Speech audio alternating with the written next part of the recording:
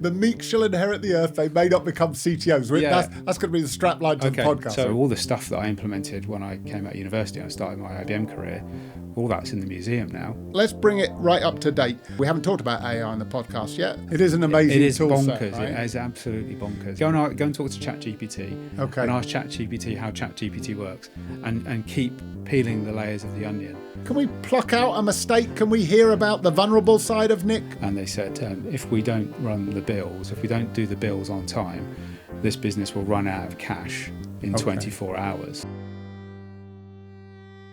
My next guest is a man who has both hosted panels and been a panelist at our London Tech Leaders events.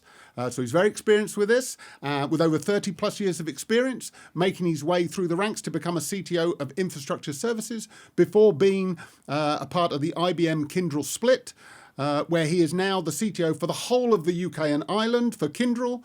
Please join me in welcoming a true London Tech Leaders advocate, Nick Drouet. Hi, Nick. How you doing? I'm good.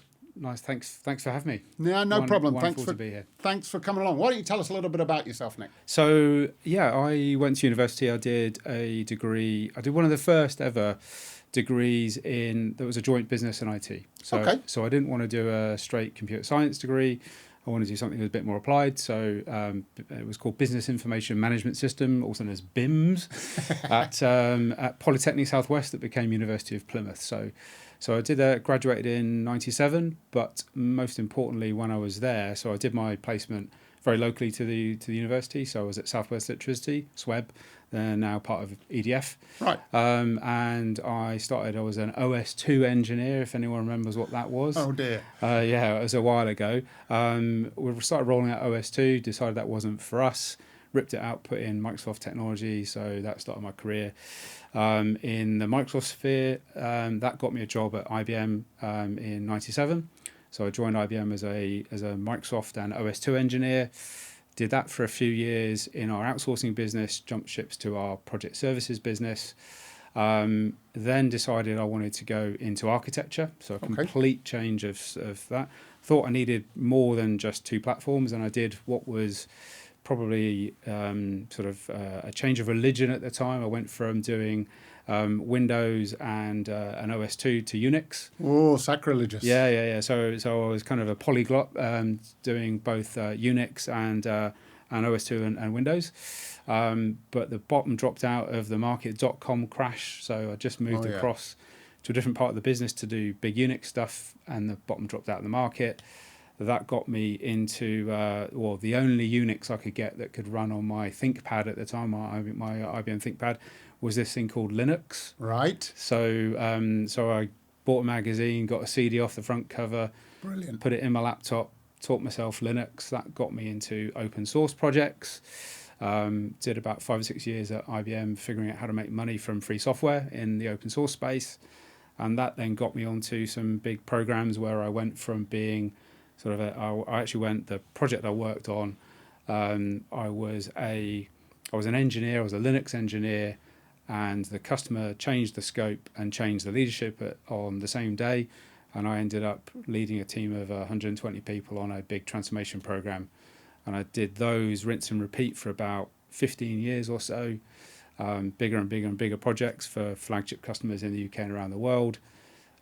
Decided I wanted to do something a bit different after that, went into some consulting, ran one of our consulting businesses for a few years, and then we sort of got into the spin over to Kyndryl. So I just started to pick up the CTO role for our infrastructure services business in IBM, and then as we spun across over to Kyndryl, I came out of the distinguished engineer process. So I'd gone into that in IBM, came out of that at Kyndryl, and then that coincided with taking on the CTO for Kyndryl for UK and Ireland. So that was in a nutshell. But that sounds like lots of opportunities, not necessarily planned events, but opportunities that you then seized and ran with. Yeah. So I had a few things that I wanted. So there were some sort of North Stars that I wanted to do. Okay. So there was a plan. Ish, right? The thing with plans is they always change, and of course, and it was a big organisation, lots of stuff to do. So I thought, I want to go into architecture because I like the big picture. So I like seeing the big picture, and that felt like a way of getting into, rather than hands-on, to do something bigger stuff. And that was one jump. And then sort of then going into leading programs, that wasn't really ever that wasn't an intention. Not really a tech thing, right? No. I just ended up, Yeah. one day just being in charge. And I remember there was a couple of times. I remember I was in Chicago working with a customer and I had this enormous team working for me. And I woke up one morning and was like, how on earth did I end up running this lot? Right. Again, it wasn't intentional, but I guess it was thinking about the skills and the opportunities, but working with some really strong mentors that showed me the way. I worked with these guys are distinguished engineers that I worked with at IBM, and they're like the tech gods. And I was like, okay, I want to be one of those one day. Got it. So you had some ideas based on other people around you, framework, what you were seeing. Yeah. But technology is it changes so fast, and the pace of change keeps changing.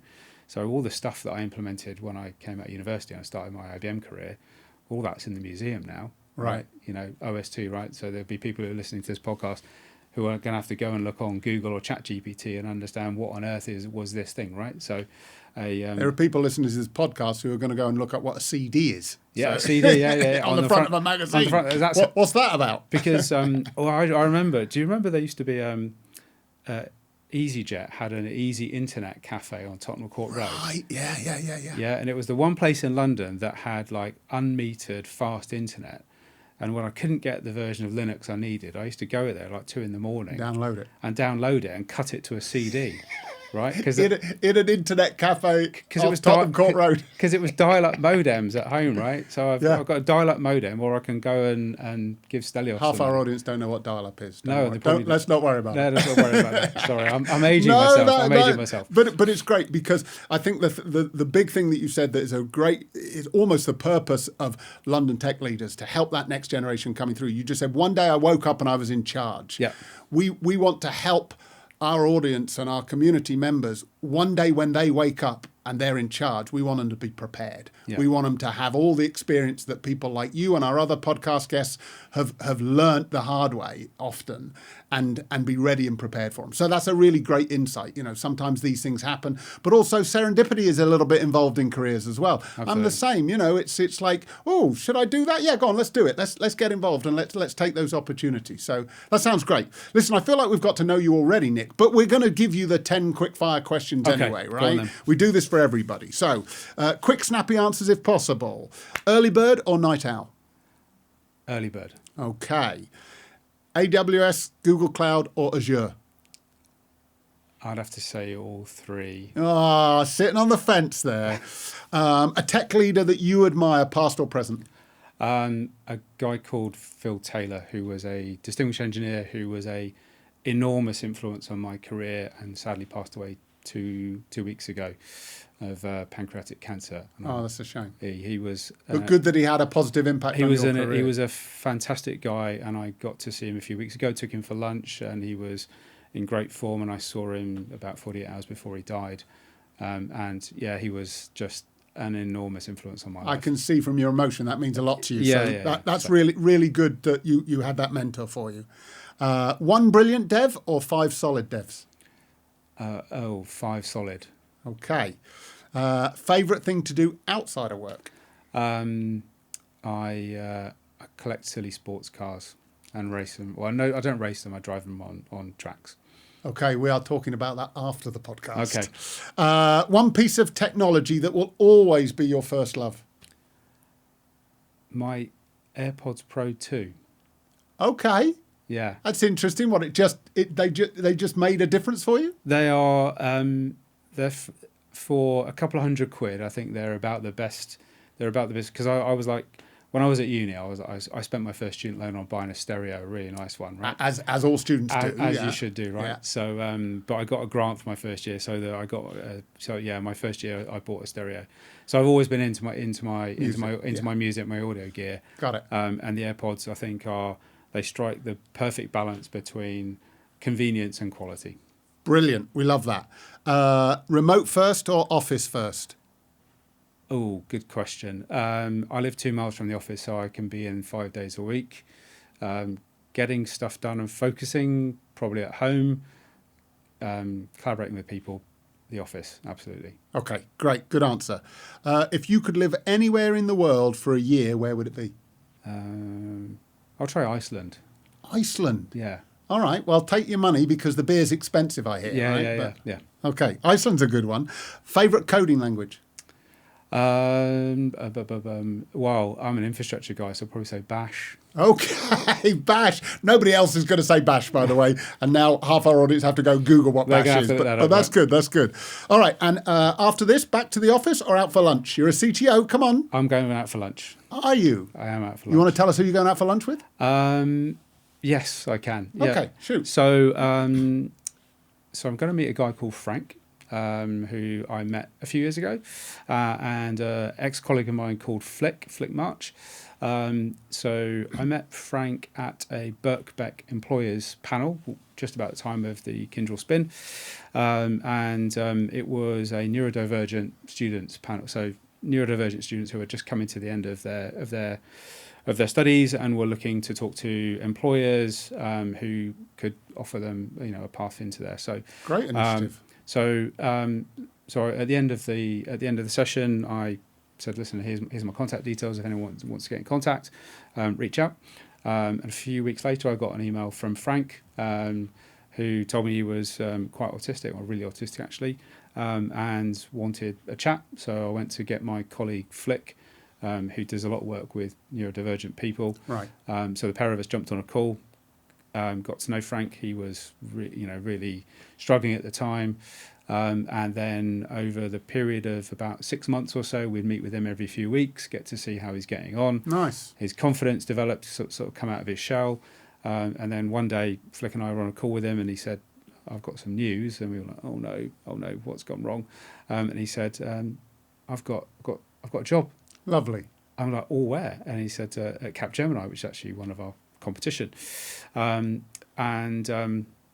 said, "Well, congratulations. Listen, we've why don't we meet up to, we'd never met in person. We'd only ever met virtually." Okay. So we took him for lunch.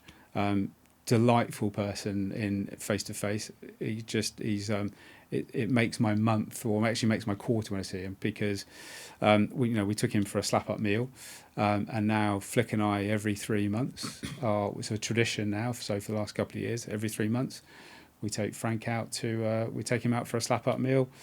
Bill's on us, and what he gets out of it is he gets to meet executives from IT companies and get to ask them questions, one-on-one, completely unfiltered.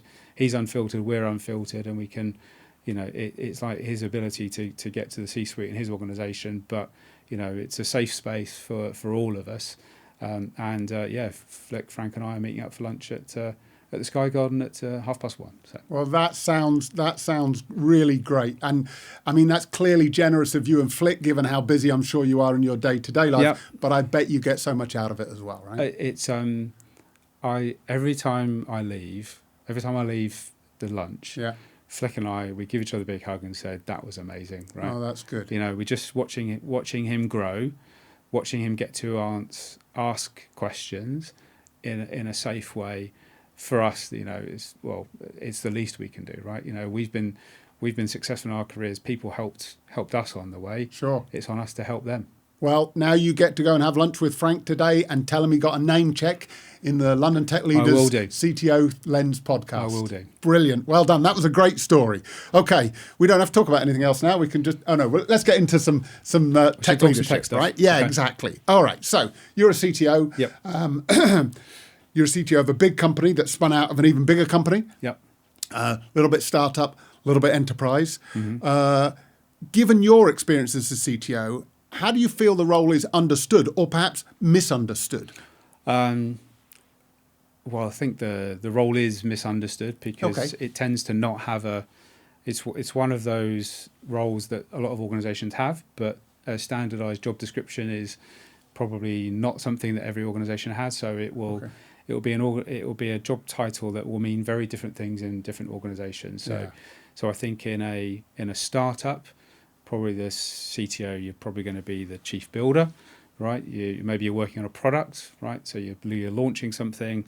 Your CTO is going to be right in there in the guts of it, maybe even writing code, cutting code at 2 a.m.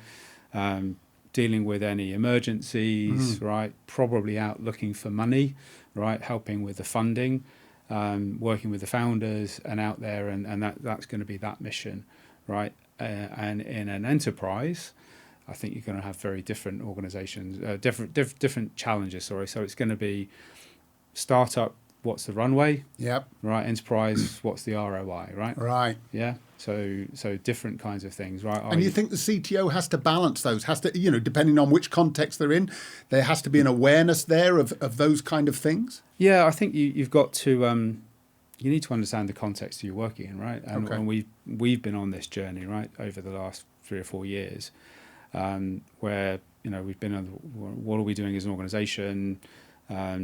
Think like a startup, but at scale, build new things, born with a specific scope, then work out, okay, how do we increase the services we do? How do we go into new things? What skills were we born with, right? How do we increase the skills in the organization? How do we change the culture? How do we pivot if required? How do you do that? If you're an enterprise, you're probably the CTO in an enterprise. I think their job should be, setting the compass as opposed to, rowing the boat. Yes. Right? Okay. Whereas in the startup, you may actually be setting the compass and rowing the boat, and cleaning the boat, painting the boat, right, and probably figuring out how to pay for a new boat as you go along, right? Of course. So those are going to be different challenges. And do you think everybody can be all of those kind of CTOs? Is it a journey? I mean, there are people, you've done some startups, some enterprise. There are people who can, find themselves and manage it. But do you think it's a bit horses for courses sometimes as well? Yeah, well, I think people you should play to your strengths and, Right. and understand what are you good at. And a big organisation also is going to be getting anything done in a very large organisation is going to require political skills, right? Navigation, stakeholder management. Probably realizing and also thinking about from a technology perspective, if you're an enterprise, and actually I would say there's a couple of angles you can look at that. So if you're an enterprise, but as we're a kind of what people might call supplier side, Right. so and there'll be customer side. So if you're working in a bank or if you're working in an airline or something, you're going to have possibly different pressures on you. So from a supplier side, where there will be a significant commercial aspect of that as well, right? Because there will be contracts that need to be dealt with. Whereas if you're customer side, maybe you have to think about the budgeting, but not necessarily you're probably being sold to. And on the supplier side, you're probably more involved in. Well, I'm certainly involved in a lot of this selling with or selling to customers, right? Customers want new services. We're responsible for delivering those, and I think to come back to the question, right, can you do all of them? I think it's going to depend on partly what's your skills and experience, where have you come from? Is that a good match for where your organisation is? Is the organisation looking to do new things, in which case you may not have the skills required, right? And then maybe you need to do some retraining, or maybe the organisation is going to expand the team, right, or change the team. That's just the Or nature. maybe you're not for that organisation anymore, Correct. right? That happens. That's a reality of life. A founder CTO might not be suitable as an enterprise CTO. Yeah, So absolutely. they look for their next founder opportunity if that's their sweet spot, right? Yeah, and absolutely, and enterprise may not have the right level of flexibility to be working in that startup or in that startup. And they right? could get frustrated. So it takes a certain skill set. I think you're saying context is important, and I think we're saying background and ability to do whatever's required in that role. Absolutely, yeah. And I think, flexibility is going to be really important, and I think any CTO is going to need to wear multiple hats. Okay. But I think the hats you wear are going to be different depending on the context, right? Yeah, I hear that. Now, you said when you were telling us about your career development, you said that you, in my mind, with some future insight, did a degree that was part business, part tech. Yes. I think we're hearing, certainly from a lot of our podcast guests, that that business alignment, that business knowledge, really as a strategic CTO leader, and I think this is in all of the various levels of startup, scale up, and enterprise. You need to understand the business. You need to be much closer. Given that we're trying to, tell our listeners how they could approach things that they could think about, would you advise people against like a pure computer science degree or training and do a bit more computer science and business? How do you think that should go? Good question. So and if I sort of look back, if I'm really honest about why did I do that joint business and IT on computer science, I don't think I would have been a great developer.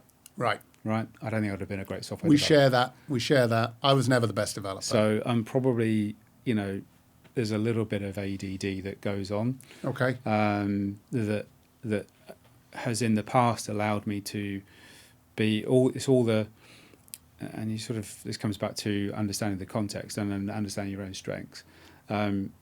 A good CTO needs to be very, very, very broad in terms of their ability to understand technology, not necessarily be hands-on and an expert on every single thing. Right. But there has been a little bit of, the shiny stuff has been what's kept me on the front end, on the leading edge of technology over the years, right? But that probably also detracted from me being a great software developer. Okay. So when I was looking at this, I was but I also thought that it's a rare combination. Well, at the time, way back, when the dinosaurs roamed the earth, when I did this degree, when you could do, there was only 3 places that offered it, and they were red brick polytechnics at the time, right? Leicester, Coventry, and Plymouth. Who knew they were the vanguard of, Well, exactly, and now that seems to be the de facto choice. Is that a lot of people will go and do a combination, because they probably and as we sort of think about sort of spinning it again, here's my brain going off, thinking about where AI is coming and what that's doing to software development. Is a pure computer science degree going to set you up for success? Whereas the business, the business is driving IT, and at the time, I got into a tech career because I was a bit of a geek, right? As probably you were, I would imagine. Yeah. So I did tech because it was good fun. And work was always different, got to work on different projects. Over the last 30 years, most companies have become technology companies that just happen to do whatever they're doing, right? So Agreed. So I know you've worked in in a wine company, and I guess they were probably vineyards versus technology, right? It's becoming more of a technology company, right? Exactly. That just happens to... It didn't matter what the product was. I mean, it mattered to me quite clearly, but it didn't matter what the product was. It was more about the e-com and the supply chain, and all of that was technology driven, right? Yeah. But when I worked before I was my IBM career, when I was at Sweb, what they drilled into me on day one there, which was, and I worked in the office where it was called the Central Accounting Office in Plymouth. Okay. And there was a mainframe literally 10 feet behind us, and they said if we don't run the bills, if we don't do the bills on time, this business will run out of cash in 24 hours. Oh wow! Right? So it's a technology.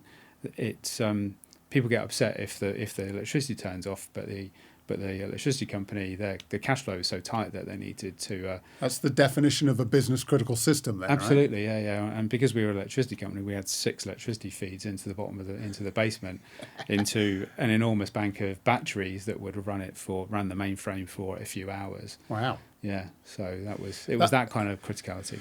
So clearly from that explanation, I think your broadness is the point you make, right? Yeah, that broadness comes from experience of having been in a number of different situations. Yeah. But look at us now. Here we are sitting, smart white shirts, doing a podcast, right? So I think you kind of just grow up one day. But I don't know about you, but I find that those lived experiences that I've had just come into play. You don't know when they're going to come into play. Yeah. And they're not in a neatly bounded playbook. They're just in the back of your mind or sort of something like, I remember I came across this before. And you have to keep finding all of those as a CTO and bringing them to the front as and when you need them, right? Yeah, because everyone's going to want your experience. Yeah.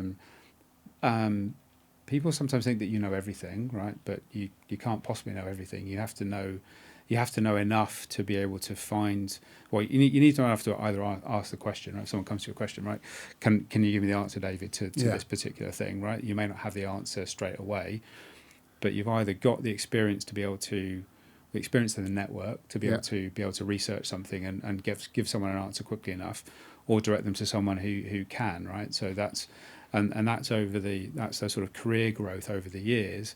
a bit like when I went from being a hands-on engineer to going into architecture. Okay. I had to step away from the keyboard, right? And then as I've grown in bigger and bigger leadership roles, it's that ability to, I think, take all those things with you and know where you should and shouldn't focus your time. Right. Yeah. And that's a really important, that whole prioritization thing. Mm-hmm. I was talking to this about another podcast guest, knowing when to say to the team, you've got this. Mm-hmm. I'm here if you need a bit of guidance and a bit of help, but I shouldn't be doing this. This is something you should do because I've got to go and do this. And that real prioritization and then that guidance to the team, I think, is important. Listen, we're here. You are a CTO, right? Yeah. And we've got all of those experiences, yeah? And I think we've heard about some of the tools, the engineering skills, the operational skills, the program management stuff that you've learned almost inadvertently as you've gone along. But at the CTO level, now that you're at this table, give us a couple of tools that are in your toolkit for being a CTO and maintaining yourself as a CTO. So we talked about the breadth, right? So Yep. I think you need. How would I say? So for me, I'll talk about some soft skills first because I think those are important, right? So I think humility, right? Recognizing that you're not the cleverest person in the room. Sometimes you might be. Sometimes you're not, but I think it probably is best to play to, be humble, right? Be humble, recognize that there will be experts around you who know more. Get the most from a team, right? So understand, and communication, right? So communication skills are going to be really important. So storytelling, to be able to, because you might have a great idea, but if you can't sell it, right, and no one's going to buy it, then it's just going to remain an idea. So you need great communication skills, leadership skills, the ability to you need to have a technical brain as well, right? So I think, right, but the technical credibility, that's just table stakes, right? So you're not going to be a CTO if you're not technically credible, but you also need to be technically curious, Right. So curiosity is going to be really important because stuff keeps changing, right? As we've that museum of the things that we've all implemented in the past, right? One man's production is another man's technical debt, as they say. Of course. Right. So tomorrow's technical debt. So everything we do is going to become irrelevant at some point, right? Yeah. And pace of technology keeps changing. I think you're also going to need to probably have a healthy dose of skepticism, right? Because there will be snake oil salespeople along the way, like it or not, right? Yeah, of course. So resilience in that, knowing how to deal with that. Well, personal resilience, and sort of, but the other flip side of resilience is probably an architectural brain, thinking like an architect, right? I think a lot of CTOs have come through that path. It's not the only way through, right? So you might be a software developer. I came through that architecture route, so I understand the resiliency and risk and the implications of doing things, right? A natural part of what I've done. One of the phrases that I always use is, so I always like to see if you think about architecture being like, a jigsaw puzzle, okay, right? The most important thing to have is the picture on the front of the box, right? And explain this is what we're trying to do and how do we get there, right? Okay. So not just what we're trying to do, but how do we get there? What's the implication going to be on the people, on the technology, on the wider business? And having those kinds of things, as well as the great technical curiosity, probably helps to be commercially aware. Probably helps to be, and that's not just the finances, but that's the contractual side as well. So that's just my, that's the path I've come through. I've been involved in an awful lot of contracts over the time. I've written them, had to deal with the implications of them, and those are the sorts of things that are coming up. Now, if you're just a product CTO and you're just building, you're working for a startup and you've got some cash from a VC's giving you a load of money, you want to build a product, you might not have to think about that today. Yeah, today. But assuming this thing becomes successful, the impact on your customers or on the business, and how do you make that commercially viable, and legal protections and all those kinds of things. That's that sort of that's the rat's nest or hairball of things that you're going to need to understand at some point, again, probably depending on the context, right? So, are you in startup and you want to go to enterprise? Are you an enterprise and you want to go to startup? Because every organization is going to have its own, it will have its own benefits, but probably its own downsides as well, right? You're always going to be busy, so you need to be good at time management. You probably need to be great at prioritization, communication, bit of humility, sense of humor as well. I think is I'm covered. I've got it. I'm done on that one. I'll tick the list on that one. Okay. Join a room full of like-minded technology leaders at the London Tech Leaders Summit on October the 7th and 8th. 2 days dedicated to real conversations about life at the top of the tech pyramid. You'll experience a packed agenda of hands-on workshops, thought-provoking panels and inspiring keynotes, all designed to help you grow as a technology leader and shape your leadership style for the future. Spots are limited, so don't wait. Register now via the link in our bio. The challenge here, and we've had this with a couple of other podcast guests, is, you warned us. You said you need to have breadth, and then you just went through a list, which was quite big, Nick. Right, and you've got some experience. You've been doing this for a few years, so that's understandable that you've had those different situations, those different contexts to hone and shape those. But some people in our audience would be like, I haven't got that. How do I get that? How do I do that? Yeah, and also sometimes it feels like until you've got all this stuff, you can't be a CTO. Is this a closed club? Is there this sort of like, or you can be a CTO when you're a CTO, or can you sort of fake it till you make it a little bit? Can you go, well, I've got these 5 skills, but I haven't got these 5, so I'll learn on the job? Does that apply? Is that appropriate? No. So a bit like I said about the mentoring thing earlier. So how did I get there, right? So I think it and again, it would depend on the context. So if you're in an organization that already has an established CTO office, right, or a CTO, and hopefully they've got an office, right, put your hand up, right? So put your hand up and say, listen, I've got some things I'd like to help with.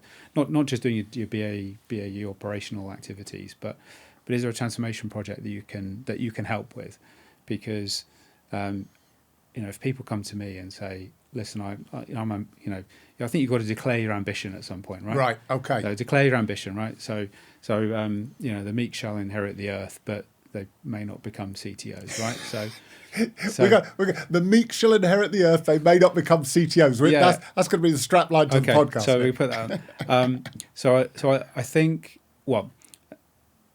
a good CTO, by the way, is also going to spot the superstars who may be a little bit of a shrinking violet, right? Right. Yeah. So I think there's help them declare right? their ambition. Perhaps, in a more quiet, considered fashion. So I think in the broader organisation, the people who are great but might be a bit shy, I think the rest of the organisation needs to put your hand up, right? Because if you're not known and people don't know that you've got ambition, then they're not going to put you in a position where they can stretch you, right?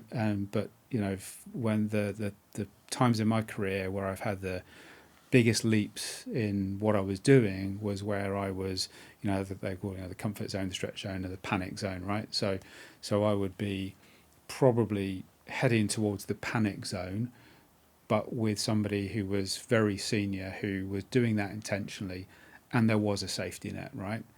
Now, they didn't always tell me there was a safety net there, but it was about pushing yourself. So I think you need to get yourself in a position where you can find people who can help you. Now that might be in your own organization, maybe it's external, right? So maybe you can, an organization like LTL can help people find those opportunities where they can volunteer for a project, right? Get those experiences. The biggest thing, so over my career now, I did a long time in IBM, 25 years, and over to Kyndryl.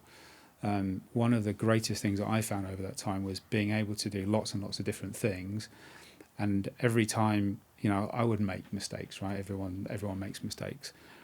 But I would always take the big good things, or the good things from things I'd done, and then move on and just drop the things that went wrong, right? Okay. So don't do stuff things will go wrong, right? Try and avoid the things that are going to be career killers, right? Mm-hmm. They might be quite obvious. Yeah. Right?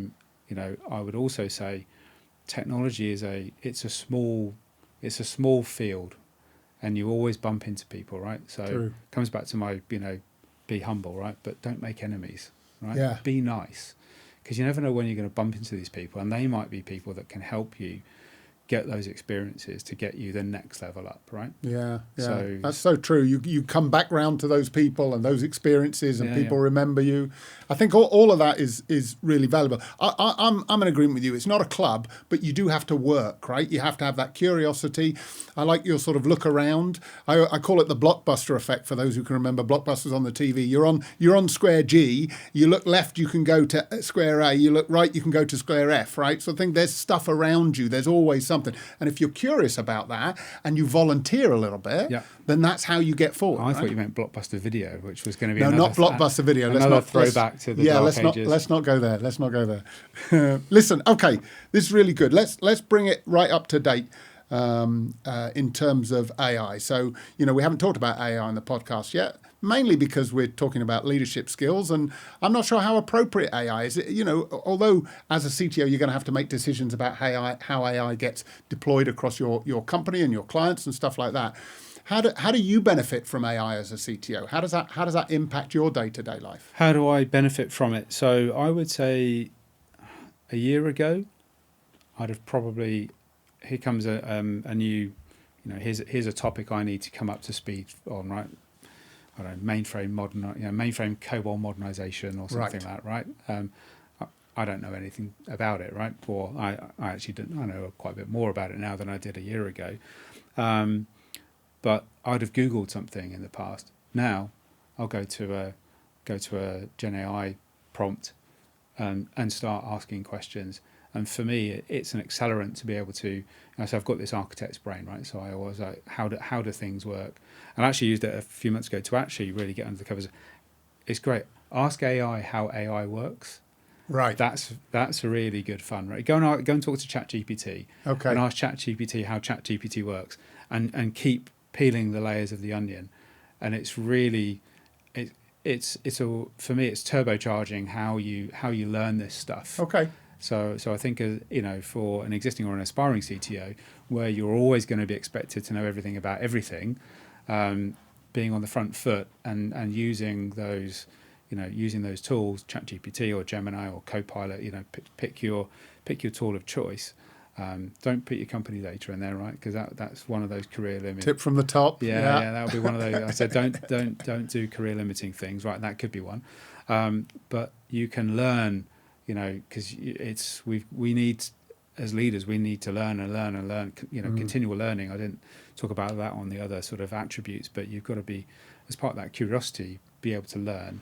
And for me, the new AI tools are, it's amazing. Here's a funny. When I was at university, right back in the dark ages, there was a book in the library in Plymouth University.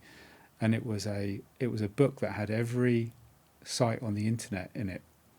It was like a Yellow Pages for the internet, and it was like the size of Yellow Pages, right? Yeah, I bet. And that was it. That was the internet. And that was where you went to look at everything that you could possibly imagine was on there. So if you move from that or a fixed library that's just got a certain number of books to just this enormous amount of things that we can research, put a prompt in and get stuff out. It is an amazing It is tool bonkers. set, right? It is absolutely bonkers. I think as a CTO, it's great that you're embracing it. It's great that you're using it in your day-to-day life. Obviously, you have to think about, to your point about company data, you have to think about how your company's going to use it, the guidance you're going to give, the policies you're going to put in place. You don't want to be restrictive, but you want to be safe, right? I think, there's a real... I'll describe it. There's a fear of missing out, right? Yeah, First mover advantage. AI FOMO, yeah. Yeah, AI FOMO. And I think that at the moment, all organizations will be doing it. So if you're a supplier or if you're an organization, if you're doing B2B or B2C, everybody's doing something with AI at the moment. I think, what will it look like in a few years' time? How's it going to shake out? I don't know. There's a vast amount of resources required for all of this AI stuff, right? So I don't know what the carbon footprint of a ChatGPT and the future search. Cost when it stops getting subsidised. That's all a bit. Yeah, and there's clearly going to be ethical challenges around the data and all that stuff. That's involving. No, that's a whole nother podcast. That's a whole other podcast, right? But again, as a CTO, you should probably understand some of those implications, exactly. right? So what are the, so there's the benefits for you as an individual, there's the implications on your organization. So, do you understand where your data is, right? There's no point in building AI models if the data's not in a good state, right? Most organizations don't know where all their data is. They don't know how good it is. So there's a lot, they're on the foundational steps for that. There's a lot to be done there. Then there's what are the use cases we're going to be using this for? Yeah. Right. How do we then, as we get out of the pilots and the POC stages, how do we make that production ready? How do we bring some level of operational rigor to it? How do we bring the broader architectural disciplines from other domains into what has historically been a pure data science, right? So AI is born out of that data science heritage, and it's not been as in the limelight as some of the other areas. So I think it's going to be important that, as a CTO, you understand all of those, and let alone the carbon footprint, the electricity consumption, the privacy concerns. Do you understand where your data is going? Do you understand the terms of service for the models you've chosen, et cetera, et cetera, et cetera, right? But do you know what, Nick? As I was listening to you there, and this will help our listeners who are maybe a bit scared of how to move forward with AI in their organizations. Yeah, there are a couple of specific AI things in there, but actually the steps that you just went through, all the things, you could have said those for any technology that's come along in the last 30 years, right? Yeah. At one level, it's an amazing set of technology, but at one level, it's just another set of technology, and the CTO responsibility is to get hold of it, see what it can be used for good, Absolutely. Avoid the bad, and work forward with it, right? And there'll be something beyond AI, right? I mean, you and I might be retired by then, but there'll be something beyond AI. There'll be something that comes next, exactly, without a doubt. Well, listen, that was a great conversation. Thank you very much, Nick. But before I let you go, you've clearly had a successful career. You've clearly enjoyed it. I'm sure you've made some mistakes along the way. Can we pluck out a mistake? Can we hear about the vulnerable side of Nick? Can we hear about what you might have cocked up and how you recovered from it? I won't go into specifics. Okay, that's a good idea. I won't go into specifics. I can talk about how I've changed and grown as a person, right? Let's do that. So, so when I was a bit younger, I was possibly a little bit arrogant. Imagine that, arrogance of youth. Yeah, I've never been arrogant, so I wouldn't know what that is. But. And I think I would describe myself when I was in my early 20s. I think I used intelligence and knowledge as a weapon. Okay. Right. Cleverest person in the room. Cleverest person in the room. Made everybody know about it. So far, it's like a mirror here. I'm afraid. If I think back about some of the things that I did, to try and get things done. So I think earlier in my career I got things done, but I did it by probably, I might have trampled on people at the time. And I probably look back and regret some of those, but that was probably a good 25 years ago. So I probably don't feel horrific about it today. But it sounds like you've acknowledged it, and are therefore assuming you've learnt from it, and now it impacts how you go forward with your leadership. So I think what happened as part of that, I talked about, there were leaders that I worked with that understood that, right, and I think they probably they recognised a bit of that from their youth as well, and they dangled me over that. There was the comfort zone, stretch zone, panic zone. I think that they would possibly have just dangled me over that panic zone and let me know that there wasn't a safety net there. Okay, and that in order for me to grow and to be successful and do the things I need to do, it needed to. I needed to recognise the value of everyone else that was around me at the time, and so that rapidly knocked some of the chips off the block, I think, and probably turn. I think hopefully they spotted a rough diamond, right, and being difficult with other people when I was early in my career was just part of that journey, and I think I'll probably look back on that and say, that's. that was a challenge.